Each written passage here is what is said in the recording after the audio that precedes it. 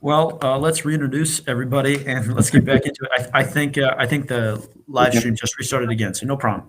So everybody, thank you again for being here at the Earth Day live stream. The Earth is very important here at City, of course, the Center for Economic Ecology. So thank you for being here. I'm going to introduce our panel once again. We have Mr. Risley, our ESS teacher, Mr. Antima, our IB coordinator, Mr. Busserman from CFE, and Ella, a senior at City and the head of the E-Club. Our question was about Earth Day, which was yesterday.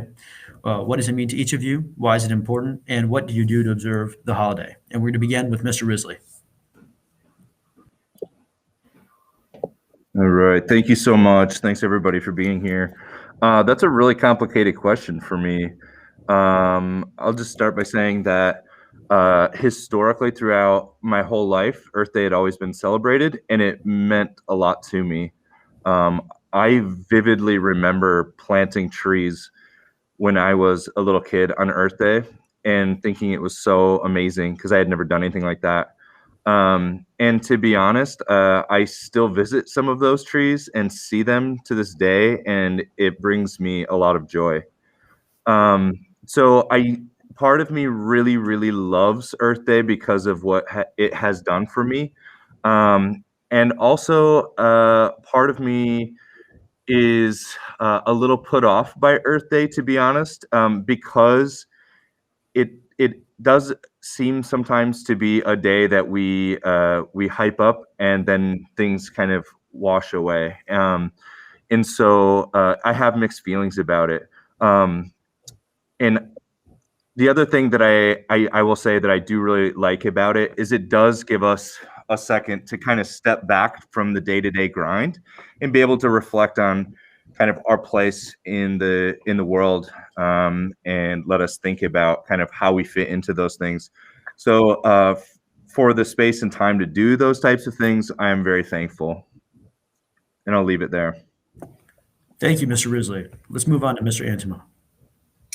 Unlike Mr. Risley, I don't have many memories of Earth Day celebrations and service projects as a kid. My childhood was spent mostly stomping around the woods around my house, which had a big impact on me and my worldview. But I didn't really get involved so much in Earth Day activities until I was older in high school, and then definitely college, and then becoming a science teacher, and now continuing on in education. Similar thoughts to Mr. Risley. I appreciate that there is a day the globe comes together and refocuses on efforts and the relationship that we have collectively and individually with the land around us. But I recognize that some people use that day as the excuse to say, hey, I did something good today for the earth, and then 364 days of the rest of the year, it's not a topic and a focus and an effort. Every day, in my opinion, should be Earth Day in a sense, but it is nice that we have a day, like Mr. Risley said, where at least we're brought back to the thinking and the reflectiveness that's necessary when we consider ourselves stewards of the natural land and our communities. Personally, yesterday, Earth Day was celebrated by me taking out my little son and going stomping through and giving him another experience of my childhood and appreciation for the natural world around us. Thank you, Mr. Antima. Mr. Busserman, how about you? Hey, thanks for the great question. Yeah, growing up, Earth Day wasn't a big deal at the schools I went to. I don't even remember recognizing it. Although it was around, it just wasn't something that we observed, when I was a child, even through high school. And so for me now, that's exactly what I like to do with it, is make a huge deal out of it. So CFE, we turned it into Earth Week, and the whole week, we're doing activities, getting outside and turning Earth Day into a whole week. I know many of you guys have enjoyed our eco skits in the past. That has been a huge CFE tradition here at City, where the sixth graders perform eco skits live on stage with messages for the whole community about ways, tips, and ideas to go green. So I think for me, I missed out on all these cool opportunities when I was a kid.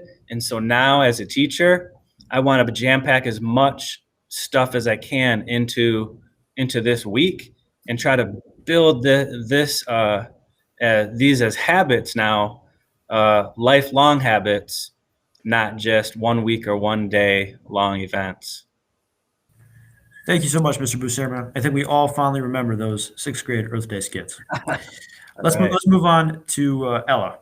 Yeah, I probably started celebrating Earth Week, Earth Day, the most significantly when I actually started going to City, which I love because City is big on Earth Week and Earth Day, especially being involved in the E-Club. That's when I started doing more like events and participating in things, bigger things for Earth Week, such as attending like some of the other live streams and activities. I know this year, although it looks different in COVID and that not everyone could be there to celebrate at school and have trips as usual, but I was able to go to an outdoor event that involved pulling invasive species. So that was a fun way that I could celebrate. And yeah, the other day I was reading some,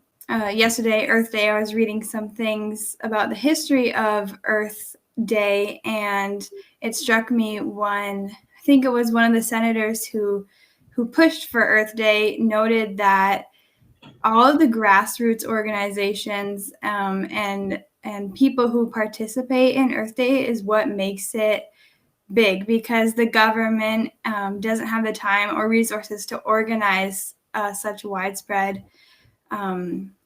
celebrations of Earth Week. So I think that's great. Absolutely, and thank you, Ella. Next, we have a question from Mr. Hopper. And so, of course, COVID-19 has had serious implications on human activity, but it seemed to have almost a positive impact on the environment. So what are the implications of COVID-19 shutdown on reducing pollution? And this time, let's go backwards. Let's start with Ella. Yeah, I do know that the Earth has benefited from less like commuting, people staying at home more, and wildlife has been able to come back a little bit. But I think it's also important that we notice some things that maybe we could still work on. Like, I know, although it can be very important for safety, I feel like there has been a lot more trash being created through this time, because people need to use more disposables to stay safe and things like that. So I think, of course, staying safe with COVID is important, but looking for ways that we can still stay safe and try to reduce trash and waste is important. Thank you, Ella. Mr. Busserman, what are your thoughts on this? I'll just point out one thing on this one, guys, and that is when airplane travel decreases, our air pollution drops significantly and our atmosphere starts to heal itself. Airplanes are a huge contributor to CO2 emissions, like way more than people think about. And with COVID, flights were shut down for a significant amount of time, and still people are traveling way less than ever before. And from space, we can even see how our ozone layer has healed itself, and that's highly due to the lack of air travel. Mm-hmm. Absolutely.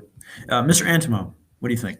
Yeah, similar to what Ella and Mr. Busserman said, so with COVID and people staying at their homes and not traveling as much, obviously that has produced less emissions into the air, pollution-wise.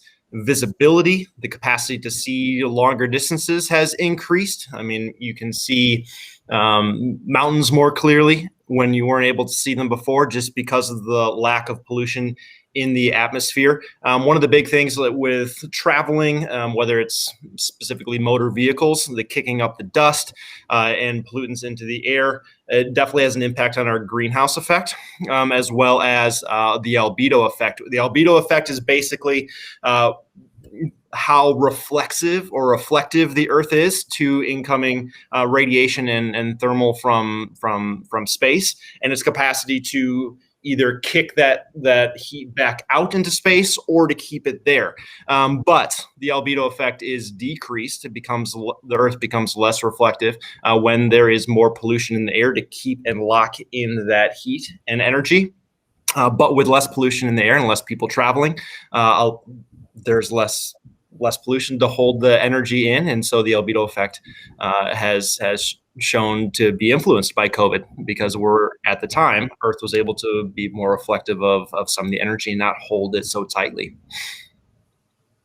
Absolutely. Thank you, Mr. Antima.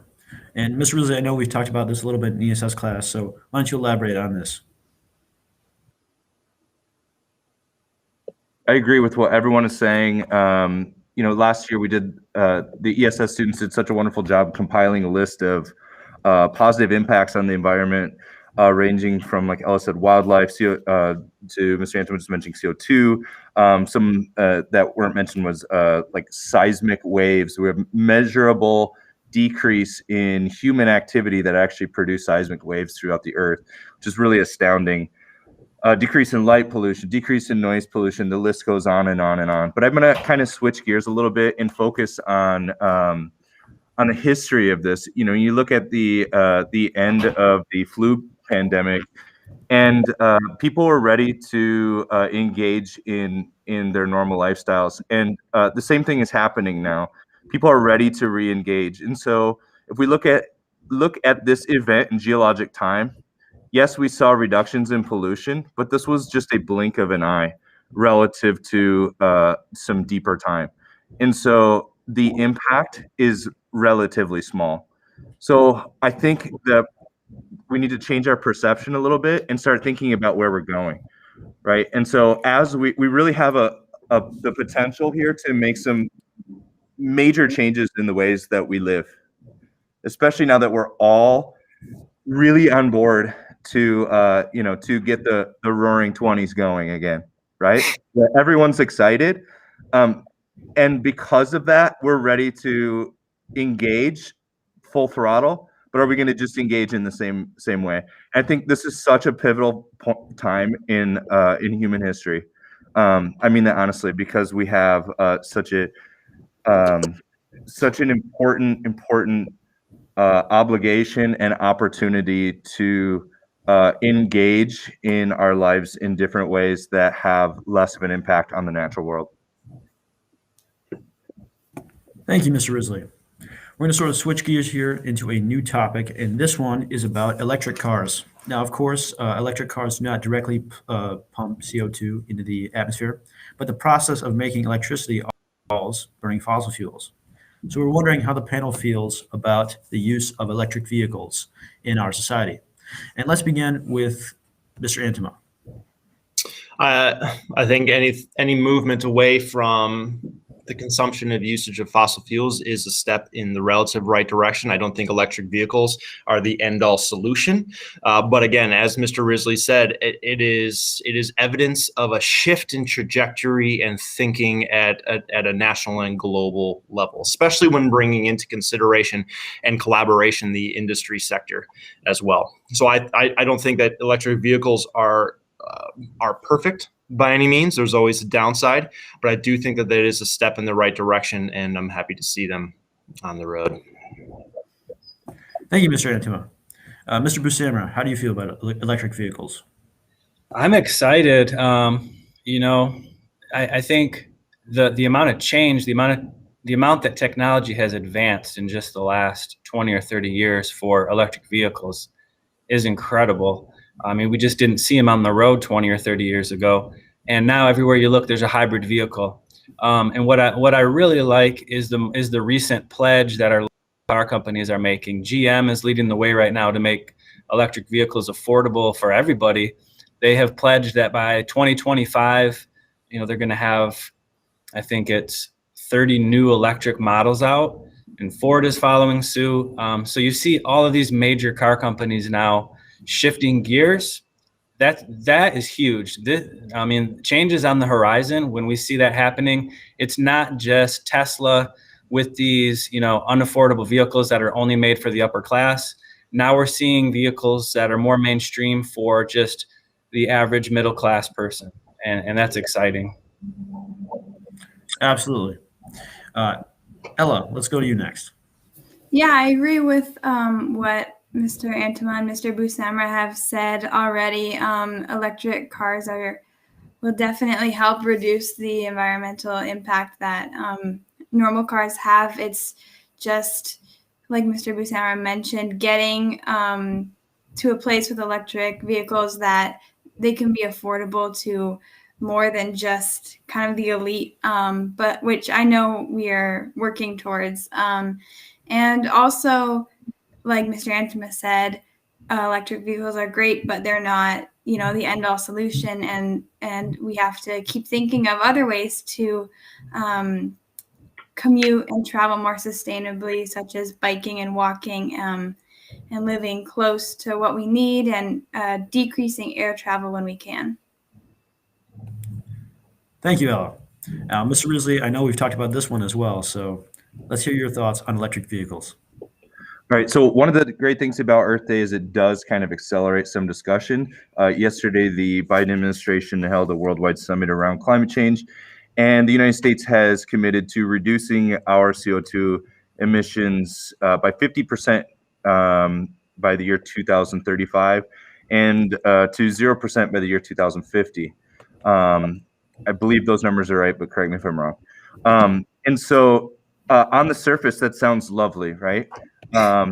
And so here's the reality, though, is that, and I agree there with everyone that the transition is important to transition to EVs.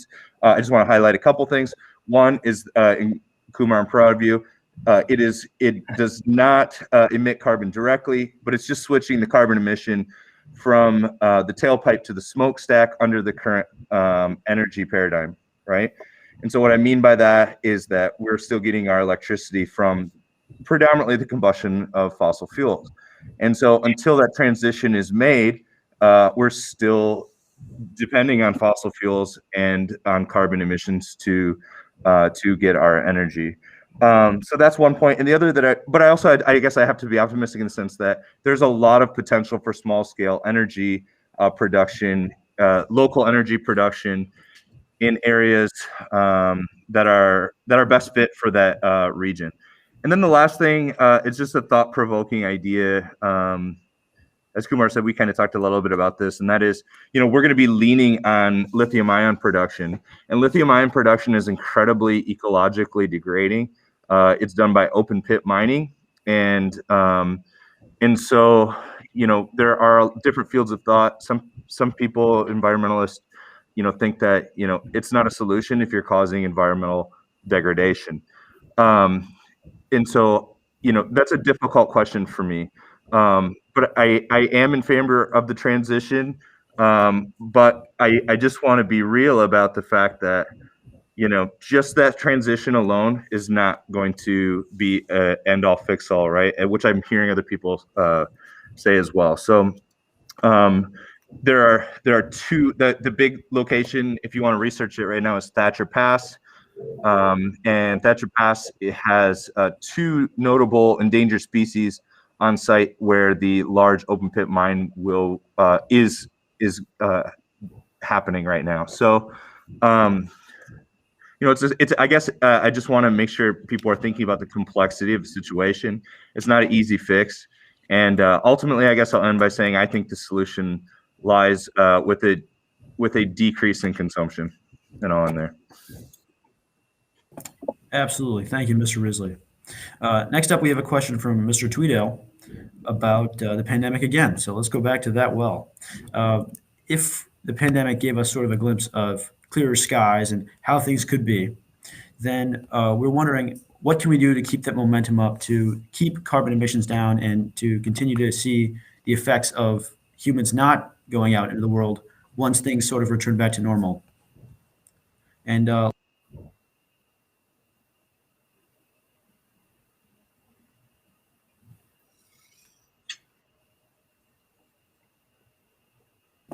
my gosh, I think I've been muted. I apologize. Our next question is from Mr. Tweedale, and he asks, the pandemic gave us sort of a glimpse of what life could be without pollution, and there's much clearer air and skies. And so we're wondering, once things sort of return back to normal with the introduction of the vaccine, what can we do to keep that momentum going and stop future things return to the way they were in the future? And so let's begin this question with Mr. Busserman. Great question. Boy, I wish I had the answer. I think if we all had the answer to that, we would be in a lot better place. But I think that part of that answer anyway lies in being politically active. At this point, we see a nation divided on issues like these, right? We see people protesting both sides of environmental issues every day, right? And right now, more than ever, I think our young people are in a position where they can change things on planet Earth by getting involved in the government, by standing up for what they believe, by getting involved in peaceful protests, and by being heard. So we need activists. We need representatives at all levels. And so that's my answer.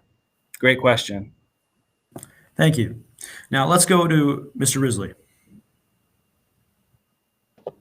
This is from Mr. Tweedo, correct? Okay, so Mr. Tweedo already knows my answer, but my answer involves getting kids outside.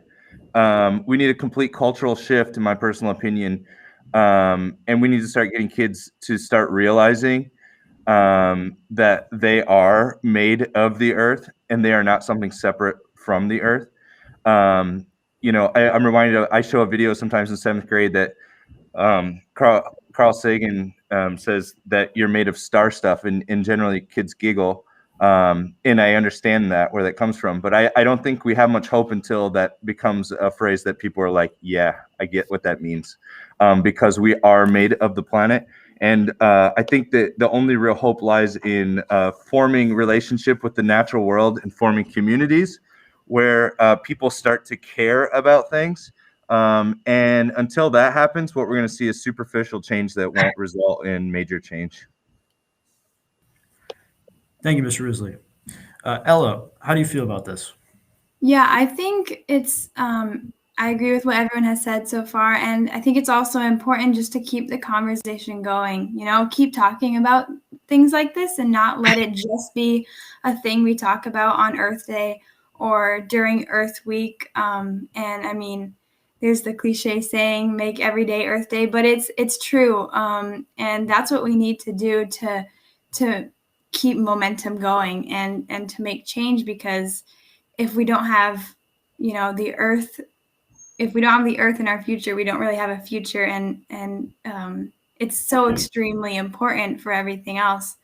And so to balance, I think to keep momentum going and to keep change going is to balance both changing our habits in our everyday lives. And, that can be big and small, as well as balancing working for political activism and policy change in the government, like Mr. Risley and others have mentioned.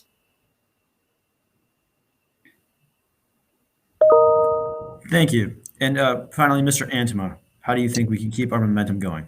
I'll make it brief because we don't have a lot of time left. I've got a couple more questions to address about what we can do here on campus. But my one thing that I would add to everybody else is saying is that big challenges and big problems, they require big solutions, but big solutions do not happen overnight, and they happen by one person. It's important that every single individual recognizes their personal responsibility and our collective responsibility, that they grab onto and understand the onerous that is their efforts, and what they do every single day has an impact. What you do has an impact. What you don't do has an impact. The only way we climb a mountain, a big challenge, is one step at a time. It takes intentional efforts on a daily basis under discipline, collectively and individually, to address the problem. Pardon the interruption for a couple quick end of the day announcements. First, we do have a bus change. 7052 will be 7238. Again, 7052 will be 7238. Sorry for the interruption to our live birthday panel. Thank you to the City Boys, the birthday panelists. Awesome, really cool conversation and format to share out the birthday. That's all for the announcement for today. Hope everybody has a wonderful weekend. Get outside, have some fun, and we'll see you next week. In our last minutes here, let's talk about getting everyone involved. Like Mr. Antima said, how can people join eClub, Ella? Yes, they can follow us on Instagram at city.high.eclub. Join our Google Classroom. The code is S5SI5QQ. And come to our meetings, which we will announce the dates for on Google Classroom and Instagram. And feel free to email me or talk to Mr. Antima. He is helpful at directing people towards eClub. And yeah. Thank you so much, Ella. Don't worry, anybody who did not get the code, we will post it on the City Voice. Thank you so much to our panelists for coming here and talking about Earth Day, especially for City, which is a school that's so invested in all of this. And thank you all for watching. I hope you all learned something and you all enjoyed this. I'm sure if you have any other questions, these people would be more than happy to answer your questions about the Earth. So feel free to approach them. And thank you, everybody, and enjoy your Earth Week.